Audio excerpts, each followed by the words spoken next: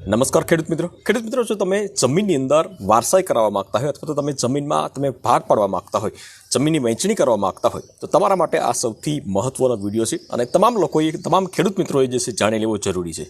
હવે વાત કરીએ મિત્રો આપણે કે અત્યાર સુધી જે છે જમીનની અંદર વારસાઈ કરવામાં આવતી અથવા તો જમીનની વહેંચણી કરવામાં આવતી તો વારસાઈ કરવાની અંદર તમારે અમુક ટકા જે છે જંત્રી ભરવી પડતી હતી, અમુક ટકા જે સ્ટેમ્પ ડ્યુટી ભરવી પડતી હતી અને એટલા માટે જે છે ખેડૂતો જે છે આ ખર્ચને લઈ અને વારસાઈ જે છે લીગલનો કરાવતા ન હતા અને ઓફલાઈન જે છે બધી વસ્તુ કરાવતા હતા અને આવનારા સમયની અંદર મતલબ કે ભવિષ્યમાં ખેડૂતોને જે છે આ વસ્તુમાં તકલીફ થતી હતી। આ બધી વસ્તુને ધ્યાનમાં રાખી અને હવે ગુજરાત સરકારે જે છે આ જંત્રી ટાઈપ જે સિસ્ટમ હતી તો એ કાઢી અને હવે ફક્ત તમારે વારસાઈ કરાવવાની હોય તો તમારે ફક્ત 300 રૂપિયા ભરી અને તમે વારસાઈ કરાવી શકો છો, જમીનની વહેંચણી કરાવી શકો છો।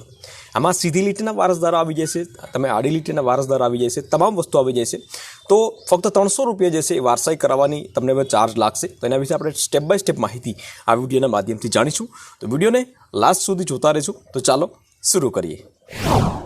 તો ગુજરાત સરકારે ખેડૂતોના હિતને ધ્યાને લઈ અને ખૂબ જ મહત્વનો નિર્ણય લીધો છે મિત્રો। આ વિડીયોના માધ્યમથી આપણે તમામ માહિતી આપણે જાણીશું અને સાથે સાથે એ પણ આપણે જાણીશું કે વારસાઈને લઈ અને કઈ કઈ બાબતો જે છે તમે કરી શકશો ફક્ત 300 રૂપિયાની અંદર અને સાથે સાથે જે છે આ નિયમ જે છે ક્યારથી લાગુ પડશે તો એના વિશે પણ આપણે વાત કરીશું। આપણે તો શરૂઆત કરીએ। મુખ્યમંત્રી ભૂપેન્દ્ર પટેલ રાજ્યમાં સીધી લીટીના અને આડી લીટીના વારસદારો વચ્ચે થતા જે જમીન સંબંધિત આંતરિક વ્યવહારો માટે જંત્રી આધારિત સ્ટેમ્પ ડ્યુટીની જોગવાઈઓમાં રાહત આપવાનો પ્રજાલક્ષી નિર્ણય કરવામાં આવ્યો છે।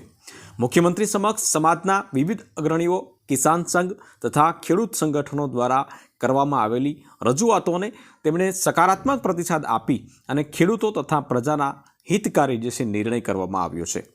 મુખ્યમંત્રી ભૂપેન્દ્ર પટેલે ખેતીની જમીન અંગેના કેટલાક કિસ્સાઓમાં જંત્રી આધારિત સ્ટેમ્પ ડ્યુટીની જોગવાઈઓમાંથી રાહત આપી છે અને ફક્ત 300 રૂપિયા ટોકન સ્ટેમ્પ ડ્યુટી લાગુ કરવાનો નિર્ણય કરવામાં આવ્યો છે।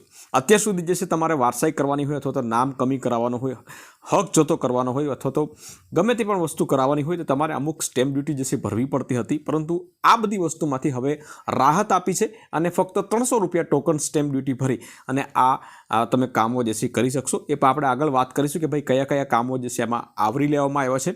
તો મહત્વપૂર્ણ નિર્ણય અનુસાર વારસાઈની નોંધો હેઠળ સંયુક્ત કબજેદારો પૈકીના કોઈ એક અથવા તો એકથી વધારે મરણ જનાર મૂળ ખાતેદારના સીધી લીટીના કેસમાં એક પણ વારસ હયાત ન હોય તો આડી લીટીના વારસો જે છે એના દ્વારા અન્ય એક કે વધુ વારસદારોની તરફેણમાં એક અથવા વધુ તબક્કાઓમાં હક ઉઠાવવાના કિસ્સામાં પ્રત્યેક હક ઉઠાવવા અથવા તો કમી કરવાના લેખમાં 300 રૂપિયા સ્ટેમ્પ ડ્યુટી લેવામાં આવશે। હવે સીધી લીટીના એક પણ વારસ હયાત ન હોય તો આડી લીટીના હયાત પૈકીના એક યા તો એકથી વધારે નામ દાખલ કરવાના કિસ્સામાં પ્રત્યેક હયાતીમાં હક દાખલના લેખ પર 300 રૂપિયા સ્ટેમ્પ ડ્યુટી વસૂલ કરવામાં આવશે। હવે આના સિવાયની જે વાત કરીએ મિત્રો કે આ ઉપરાંત ખેતીની જમીનો માટે શું જોગવાઈઓ કરવામાં આવી છે તો એના વિશે પણ આપણે થોડી માહિતી મેળવી લઈએ કે જ્યારે કોઈ પણ મિલકતના વારસદારોના નામ દાખલ કરવાના હોય અથવા તો હક જતો કરવાનો હોય ત્યારે સ્ટેમ્પ ડ્યુટીના દર અંગે નિયમો શું છે તો એના વિશે પણ આપણે નવા નિયમો શું છે એના વિશે આપણે જાણી લેવું જરૂરી છે। અને એ જાણવા માટે એ સમજવા માટે સૌપ્રથમ તો તમારે એ સમજવું પડશે મિત્રો આપણે કે સીધી લીટીના વારસદારો કોને કહી શકાય અને આડી લીટીના વારસદારો જે છે કોને કહી શકાય। ત્યાર પછી આપણે નિયમો જે છે એ સમજશું અને એના ચાર્જીસ આપણે સમજીએ। તો સીધી લીટીના વારસદારો કોને કહી શકાય તો કે ભાઈ એક પરિવાર જે છે તો એના જે પણ પરિવાર હોય એના સંતાનો હોય તો એ સીધી લીટીના વારસદાર તરીકે ઓળખવામાં આવે છે। જેમ કે કોઈ પણ માલિક હોય તો એ માતા પિતા અથવા તો પતિ પત્ની, પુત્ર પુત્રી, પૌત્ર અથવા તો પૌત્રીનો સમાવેશ થાય છે। પૌત્ર પૌત્રી મતલબ કે જે દાદા હોય તો એ માલિક હોય જમીનના, બરાબર, તો એનો જે પરિવાર હોય તો એ સીધી લીટીના વારસદાર કહેવાય કે ભાઈ આ બધા મારા પુત્રો છે, મારા ભાઈના અથવા તો મારા બહેનના દીકરાઓ અથવા તો દીકરીઓ નથી, આ બધા મારા પુત્રો છે અથવા તો મારા સંતાનો છે। તો આ છે સીધી લીટીના વારસદારો। ત્યાર પછી વાત કરીએ મિત્રો કે આડી લીટીના વારસદારો કોણ કહી શકાય તો કે ભાઈ આડી લીટીના વારસદારો જે છે એના નામ ઉપર જમીન ક્યારે થઈ શકે કે ભાઈ સીધી લીટીના વારસદારો જો કોઈ ન હોય, એનું હયાત ન હોય તો ત્યારે આડી લીટીના જે વારસદારો હોય તો એના નામ ઉપર જમીન કરવામાં આવે છે।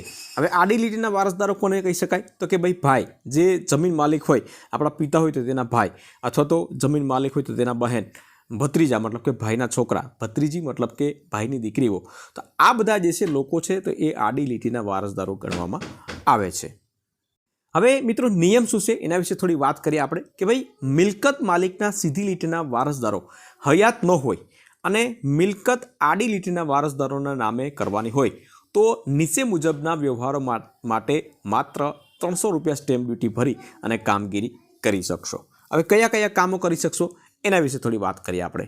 સૌપ્રથમ જે છે તો એ હક જતો કરવો, મતલબ કે મુખ્ય માલિક હોય તો એના આડી સીધી લીટીના કોઈ વારસદારો ન હોય તો એનો પોતાનો હક જતો કરી અને આડી લીટીના જે વારસદારો છે તો તેના નામ ઉપર એની પ્રોપર્ટી કરવી, તો આ કરી શકશે ફક્ત 300 રૂપિયા ભરી. અને હયાતીમાં નામ દાખલ કરવું, મતલબ કે એ આડી લીટીના જે વારસદારો હોય અથવા તો સીધી લીટીના વારસદારો હોય તો એમાં નામ દાખલ કરવા માટે પણ એ આ કાર્ય પણ કરી શકશે. ત્યાર પછી જમીનની વહેંચણી કરવી, મતલબ કે જમીનના આપણે ભાગ પાડીએ, દાખલા તરીકે 10 વીઘા હોય અને 4 ભાઈ હોય તો એમાં આપણે 4 ભાગ પાડવાના હોય તો એ વહેંચણી તરીકે આપણે ઓળખીએ છીએ, બરાબર. તો એ વહેંચણી કરવાની હોય, વારસદારો વચ્ચે મિલકતની વહેંચણી કરવાની હોય તો આ બધી બાબતો જે છે એ પણ આવી જાય છે અને ફક્ત 300 રૂપિયાની સ્ટેમ્પ ડ્યુટી ભરી અને આવા બધા કામો જે છે એ તમે કરી શકશો.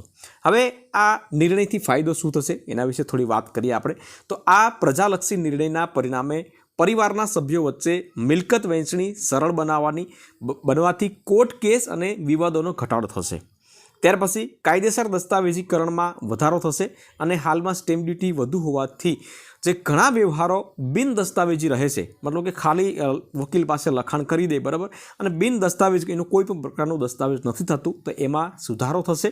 અને આવનારા સમયની અંદર જે કુટુંબની અંદર જે ઝઘડાઓ થતા હતા જમીનને લઈને, જમીનની વહેંચણીને લઈને, તો આ બધી વસ્તુ જે છે હવે નહીં થાય.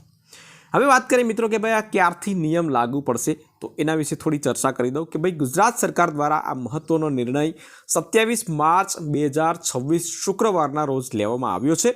હવે તેથી આ નિયમ જે છે તાત્કાલિક અસરથી અથવા તો આગામી ટૂંકા ગાળાની અંદર, ટૂંકા સમયની અંદર જે છે આ નિયમ જે છે લાગુ થઈ જશે.